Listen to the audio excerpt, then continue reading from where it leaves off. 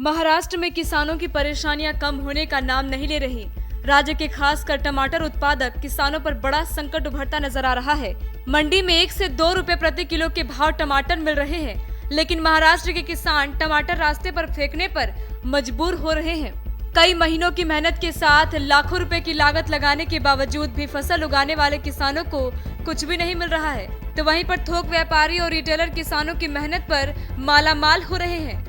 मौजूदा हालात में मंडियों पर किसानों को टमाटर का इतना कम दाम मिल रहा है कि मंडी में ले जाकर बेचने के बजाय उसे वो रास्तों पर फेंककर एक तरह से अपने आप पर आए संकट को जता रहे हैं। लेकिन प्रशासन की अनदेखी के कारण अभी तक इन मामलों को लेकर किसी भी तरह की कार्रवाई नहीं की गई है।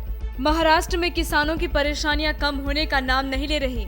राज्य के खासकर टमाटर उत्पादक किसानों पर बड़ा संकट उभरता नजर आ रहा है।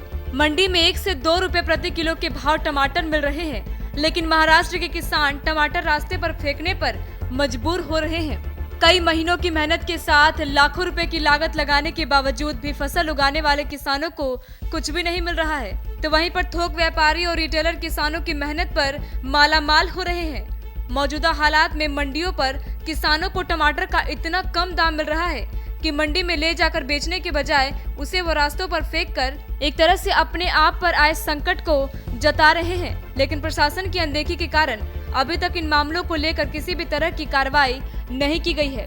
महाराष्ट्र में किसानों की परेशानियां कम होने का नाम नहीं ले रही। राज्य के खासकर टमाटर उत्पादक किसानों पर बड़ा संकट उभरता नजर आ रहा है।